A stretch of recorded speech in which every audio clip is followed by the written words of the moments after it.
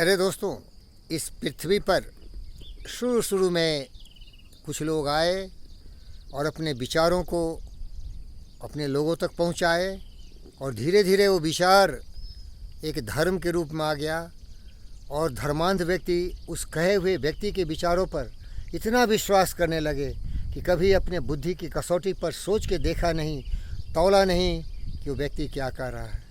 और इससे क्या हुआ, हज़ारों वर्ष बीत गए, उस व्यक्ति के कहे हुए विचारों को अभी भी वो अपना रहे हैं, अभी भी उस रास्ते पर चल रहे हैं, जबकि उसमें मनुष्य की बुद्धि उतनी प्रखर नहीं थी। वैज्ञानिक अनुसंधान के बाद और वैज्ञानिक विकास के बाद बहुत सारे वो विचार झूठे साबित हुए, लेकिन अभी भी वो लोग वैज्ञानिक विचारों को पालन नहीं करते और अज्ञानता के घनघोर अंधकार में भटकते हुए मानवता का तो विनाश करते ही हैं, जीव जंतु पशु पक्षियों का तो सर्वनाश करते हैं। इसीलिए धरती माता त्राही त्राही कर रही है। धरती का भी छेद विच्छेद कर दिया इन्होंने। यहाँ जीने का जो साधन था, जलवायु, हवा, पानी, सबों को द्वेषित कर दिया। इसीलिए मैं अनुरोध करता हूँ कि हम सभी ज्ञानवान बने, विचारवान बने, बुद्धिवान बने, विवेकशील बने और अपनी बुद्धि से दुनिया को देखें। अगर हम दूसरे के विचारों के गुलाम रहेंगे तो कभी भी हमारा विकास नहीं होगा, हम सत्य को नहीं समझ पाएंगे। ये फ़कीर योगी वीरेंद्र योगी हमेशा ज्ञानवान, विचारवान, बुद्धिमान व्यक्तियों की बातों को सुनता है और तराजू पर तौल के देखता है कि इसमें सच्चाई क्या है। और आप भी यही करिए।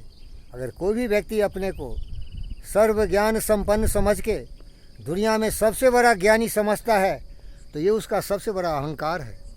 कोई भी व्यक्ति इतना बड़ा ज्ञानी नहीं हो सकता कि प्रकृति के रहस्यों को सही सही समझे और आपको सही दिशा दिखा सके। अपने बुद्धि की जो परिधि है, सीमा है, जो कुंठित है, उसी के दायरे में वो आपको बता रहा है। इसीलिए उस जंजीर से अपने आप को मुक्त करिए, उन बंधनों से अपने आप को आज़ादी दीजिए। उस जेल में जो बंद हैं, दूसरों के विचारों को पालन करते हुए आप जो जीवन जी रहे हैं और जिसका परिणाम होता है नफ़रत, नाराज़गी, ईर्ष्या, द्वेष, कलह, इससे मुक्ति पाइए। और विस्तारवाद की राजनीति आज नहीं हुई, सदियों पहले हुई। सबसे बड़ा दुष्ट का नाम था Alexander the idiot, the robber. पूरी दुनिया में राज करने के इरादे से चला और जो जो उसका विरोध किया सबों का सर्वनाश कर दिया, खून की नदियां बहा दी। दुष्ट व्यक्ति का अंत भी उतना ही विपरीत परिस्थिति में हुआ। वापस भी घर लौट के नहीं गया। 33 वर्ष की अवस्था में ही मृत्यु को प्राप्त हुआ। जैसा करोगे वैसा मिलेगा, जैसी करनी वैसी भरनी। इसीलिए प्यारे दोस्तों, आपको ज़्यादा कुछ नहीं चाहिए। पृथ्वी ने सबों के लिए जगह दिया है, यहाँ सबों का कल्याण हो सकता है। पशु पक्षी, जीव जंतु, मनुष्य सब आपस में रहे और विस्तारवाद की आवश्यकता नहीं है, सहयोग की आवश्यकता है। सब एक दूसरे का सम्मान करें, सब एक दूसरे का मान और आदर करें। और कोई भी इतना ज्ञानी नहीं है कि दूसरों पर हंसे, क्योंकि बुरा जो देखन मैं चला, बुरा न मिलिया कोई, जो चित देखा अपना, मुझसे बुरा न कोई। प्यारे दोस्तों, अभी देखिए हमारे देश में और हमारी पृथ्वी माता के कोख में बहुत सारे राज्य हैं, बहुत सारे देश हैं, बहुत सारे संप्रदाय हैं, बहुत सारे धर्म हैं।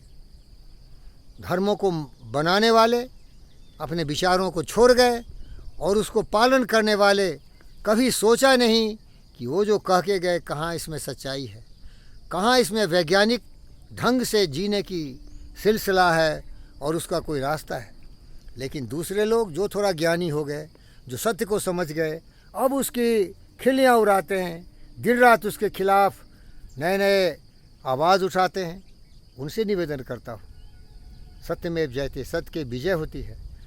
परंतु याद रखो, सत्यम बुर्यात प्रियम बुर्यात न बुर्यात सत्यम अप्रियम।